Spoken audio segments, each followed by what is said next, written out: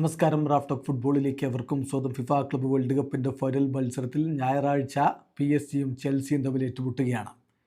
Indian സമയം പറയുമ്പോൾ July 14 പുലർച്ചെ 12:30 നമുക്ക് പറയാം. അപ്പോൾ ആ സമയത്താണ് കളി നടക്കുന്നത്.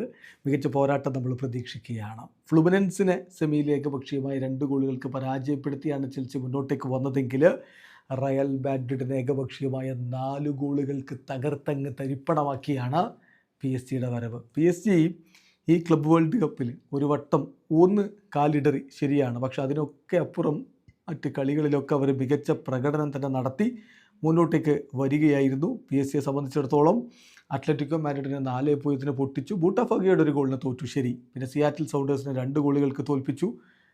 പ്രീ ക്വാർട്ടറിലേക്ക് വന്നപ്പോൾ മയാമിയെ ഏകപക്ഷീയമായ 4 ഗോളിന് തീർത്തു. ബയേണിനെ ക്വാർട്ടർ ഫൈനലിൽ 2-0 തീർത്തു. റയലിനെ സെമി ഫൈനലിൽ 4-0 തീർത്തു. ഇനി ചെൽസിയാണ് എതിരാളികൾ.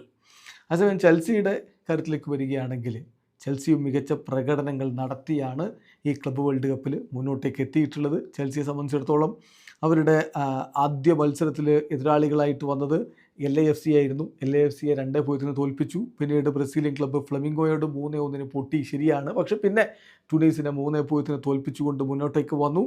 റൗണ്ട് ഓഫ് 16 ബെൻഫിക്കയ്ക്കെതിരെ 4-1 വിജയം.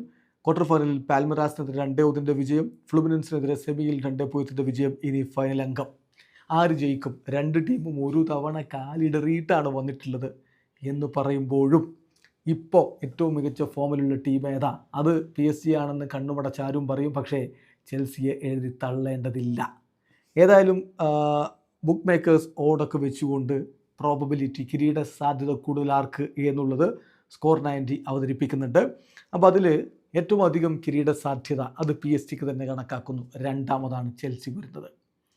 അപ്പോൾ 27% ചെൽസിയുടെ കിരീട സാധ്യതയെങ്കിൽ 73% PSG-യുടെ കിരീട സാധ്യത കണക്കാക്കിയിരിക്കുന്നത്. അപ്പം പവർ റാങ്കിങ് പറയുകയാണെങ്കിൽ കിരീട സാധ്യത 2ാമത് ചെൽസി, 1ാമത് PSG. പക്ഷേ 90 മിനിറ്റ് കളിക്കളത്തിൽ എന്ത് നടക്കുന്നു എന്നതിന് തന്നെയാണ് പ്രാധാന്യം. കാത്തിരിക്കാം ആ തീപ്പൊരി പോരാട്ടത്തിനായി.